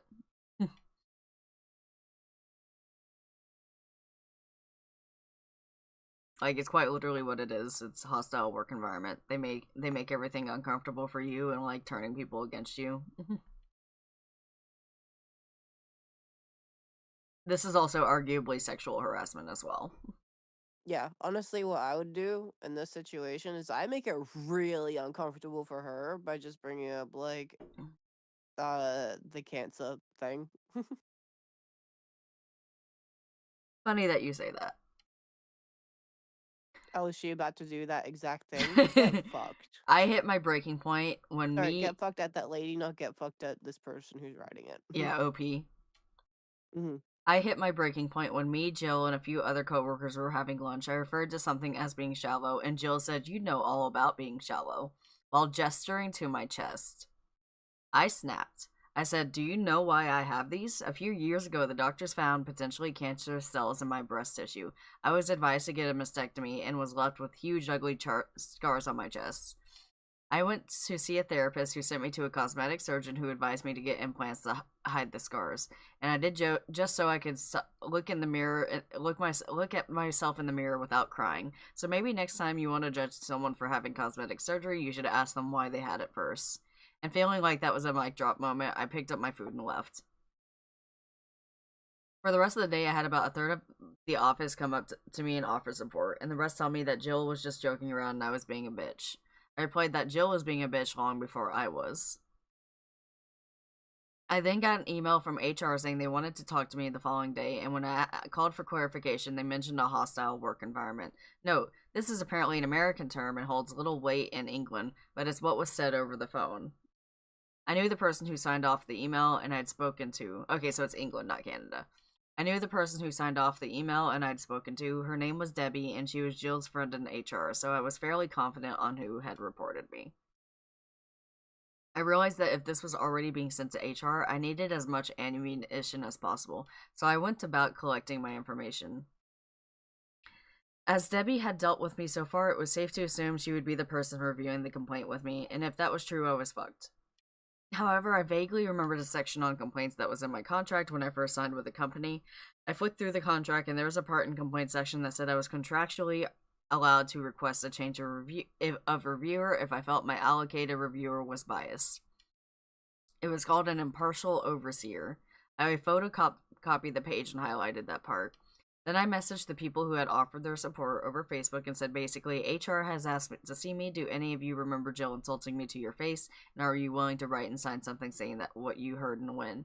Not everyone was willing to help, as Jill is somewhat feared in the office due to her befriending HR and management, but about 20 people were willing to help me. I guess roughly when I'd asked Jill to stop previously, the 4 asked over the last 4 months. Some timings were easy to guess as they'd happened on my break or when I'd arrived at work, and wrote them all down along with rough time of when the lunchroom confrontation happened and a list of names of who was there for the lunchroom confrontation. I got to work slightly early in the morning. I went around everyone who had messaged me, and most of them managed to give me a printed and signed letter. Some didn't manage to write one, but no big deal. This isn't exact words, as there's 16 letters to sum up, but here's the gist. My name is their name. I work with Jill, last name, and OP on date at a time approximate. I spoke with Jill, last name, during what she referred to OP as quoted insult. I felt this was inappropriate as it directly related to OP's appearance, and I'm willing to go on record further to establish that Jill, last name, has been discussing OP in the workplace in the same manner for 3 months now, causing me discomfort and creating what I feel is a hostile work environment. Signed, their name. I wound up with about 16 letters, all from different people, and one of them was in the lunchroom for my conversation with Jill. Some even had bullet-pointed lists of everything Jill had said to them about me or other people. As it turns out, Jill had issues with a lot of people's appearances. She apparently made comments about one coworker's weight and something anti-Semitic about a different coworker's nose. All of which were put in these letters. There are about 45 people in the office, so while 16 isn't a majority, it's still a decent amount. The letters weren't hugely long. Most were only a paragraph, but they had all the necessary information. I was asked to come to HR at 10 a.m. I took the letters from coworkers, the photocopy of the page of my contract, and my dates and times in a little folder with me. I got there and Debbie was the one overseeing the interview. She got up from her desk, ready to lead me into another room. I immediately turned to the other HR worker that was currently there and said, "So is my meeting with you then?" Debbie said, "No, you're with me." I replied that this wouldn't sit well with me, as my contract states I have a right to an impartial overseer. And as I said this, I took the contract page out of my folder. Debbie read it. I wouldn't let her take the paper when there was a shredder so close by, and said she could be impartial. I replied that I really didn't mean to be a pain, but I had it on good authority that the person on the other end of this complaint is her friend, and my contract does say I'm allowed an impartial overseer. Debbie stomped off to get a supervisor. Supervisor asked how I know she can't be impartial, and tell him that I have it on good authority that Jill, who was on the other end of the complaint, is a close friend of Debbie. He asked Debbie if this was true, to which she only replied, "I can be impartial." Is this your friend? Is this the one making the complaint? I can be impartial. Supervisor took a deep breath, asked the other HR rep to come with him, and the four of us all went to review the complaint. I thanked them for being so accommodating. I was worried I'd annoyed them. Debbie took out the complaint, and all three of them went through it with me. Debbie looked homicidal the whole time the interview was happening, as she had clearly anticipated firing me, or at least recommending me being fired. The interview went something like this. It took like over a half an hour, and they kept asking me the same questions, but phrased different ways, so this is really a drastically condensed version. Question: You said outside that you think Jill last name reported you. Why is that? Answer: Jill has had an issue with me for about 3 months. Question: Why didn't you come to us when you realized Jill had an issue with? A. I had no issue with her. Question: What issue does Jill have with you? Answer: 4 years ago, a specialist identified potentially cancerous cells in my breast tissue. I had surgery to remove my breast tissue, thereby removing the cells in the risk. After the surgery, I was left with large scars on my chest. I went to a therapist for low self-esteem and depression. The therapist suggested a plastic surgeon who suggested breast implants to cover my scars. All of this is in my medical history, which you have a copy of in my file, and my full permission to review it. Jill found out about my breast implants but didn't know about the cancer. Jill had a problem with my breast implants and decided to communicate this problem to her coworkers. Question: Why do you feel this is true? Answer: Here's 16 signed statements, all from different coworkers, all testifying that Jill told the entire office I'd had breast implants on the day she found out, and has since made comments about these implants frequently. They have quotes of what Jill said to them about it, and rough dates and times.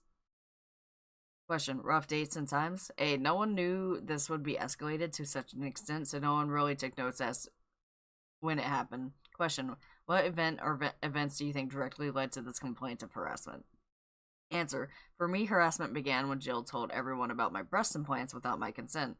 But as to the complaint against me, it would probably be what happened at about blank time in yesterday in the lunchroom.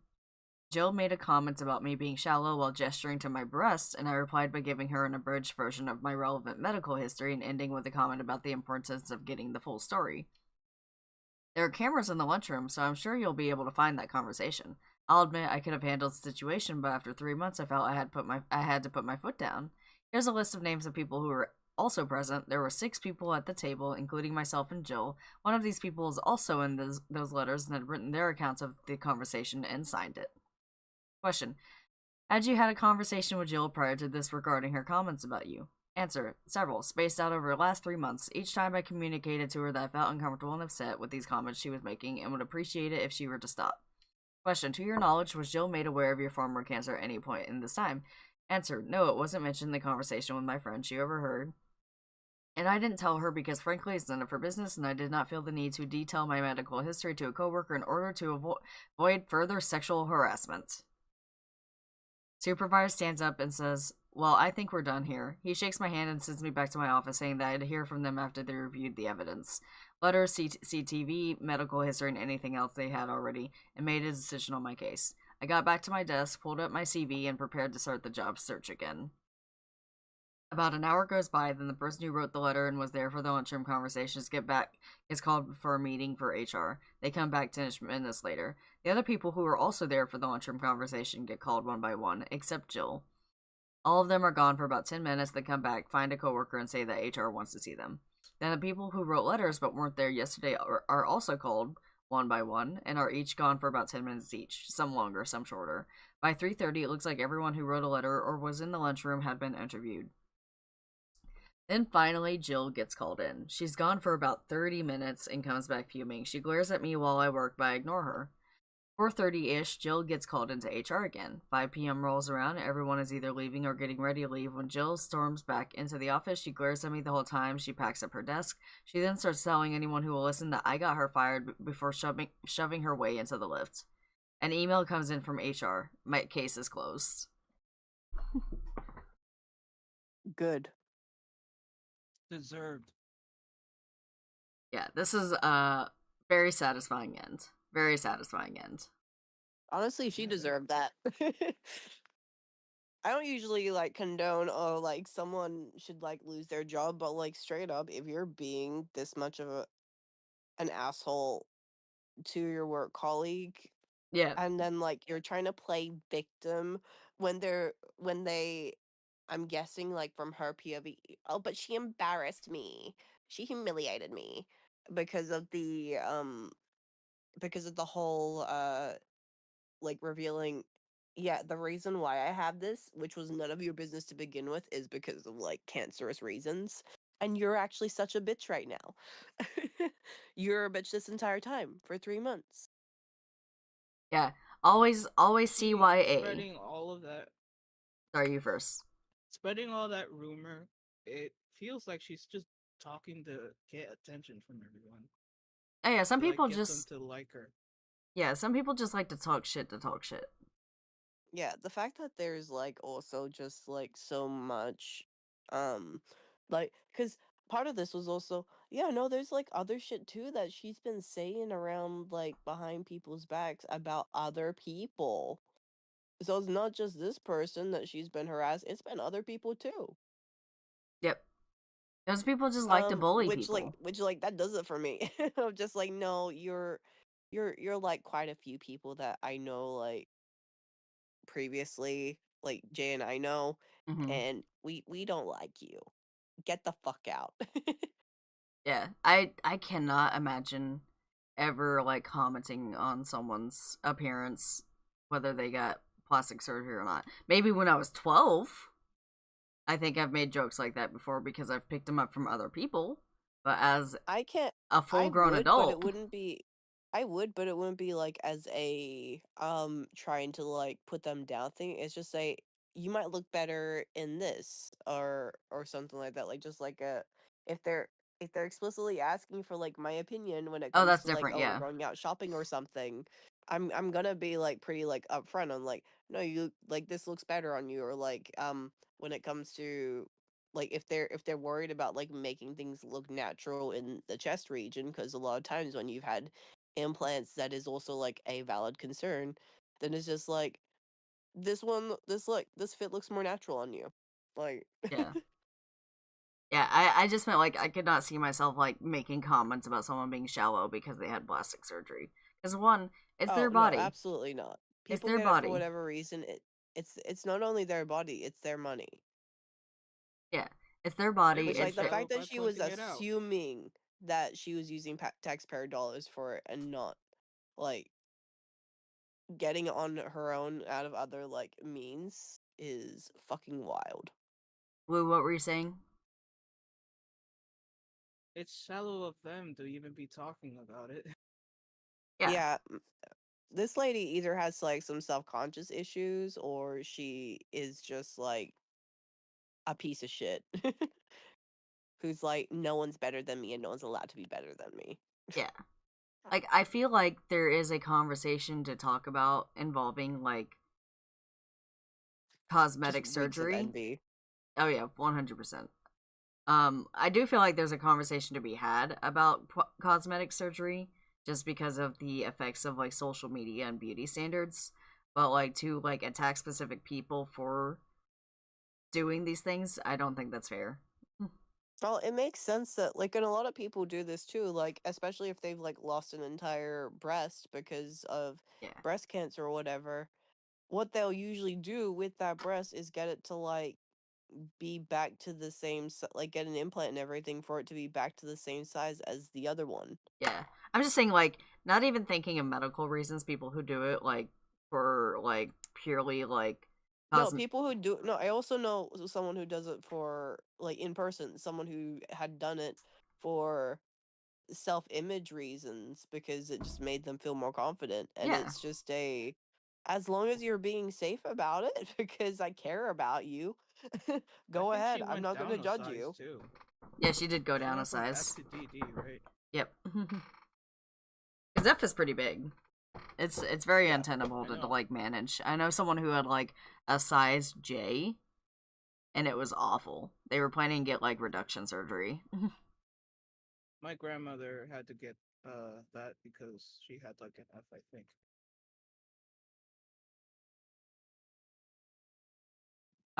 Paper trails are often the undoing of petty, vindicative people. I've seen it several times in my life, providing some said paper trail usually, and it's always satisfying. This one was exceptionally satisfying.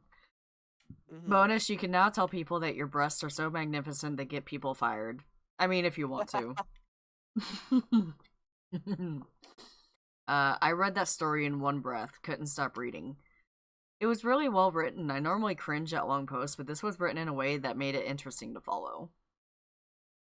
I know some people said that this doesn't feel like pro-revenge. Like, I think she comments on it at some point.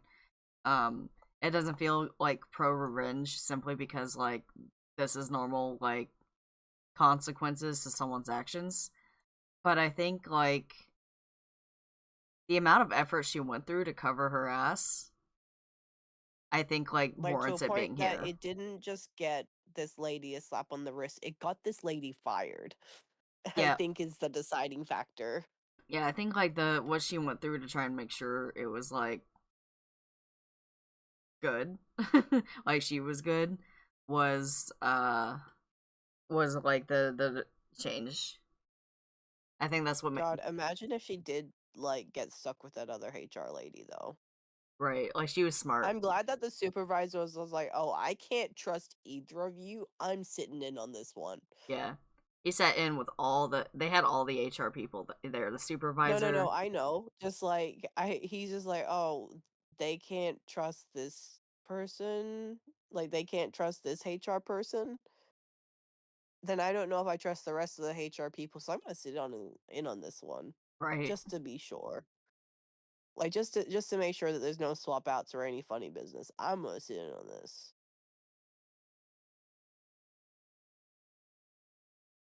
Because he probably also realized, oh wait, yeah, I've heard this name around here before. She is probably friends with more of these people than this person realizes.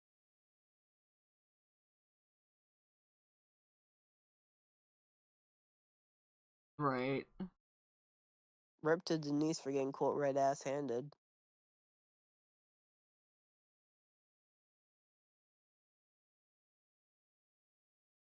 Denise. I don't know her name. Wasn't Jill. memorable enough. Oh, Jill was the one who did it. The HR person. No. The HR person that couldn't be trusted. Debbie. Oh, okay. No, not memorable enough. I hate my Auntie Debbie, which makes sense. That's fair. But yeah, that was the last one.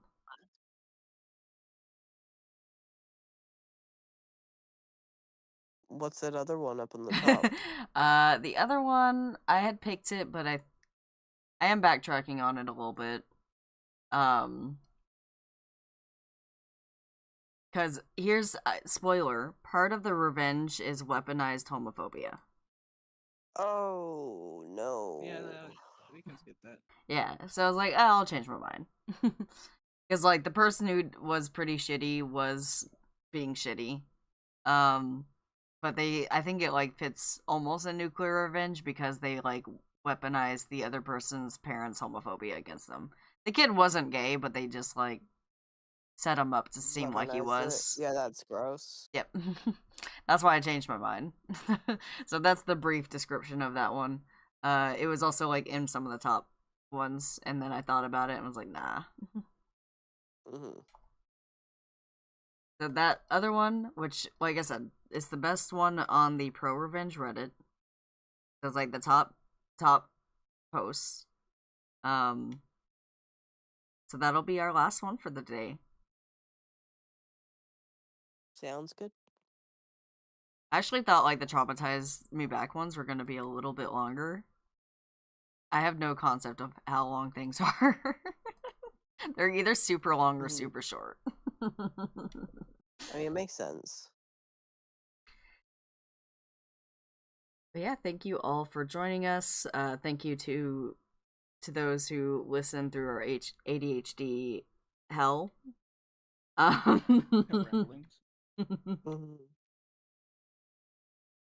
hope. Thank you all for watching.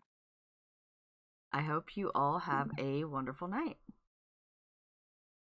Have a good night, everyone. Bye.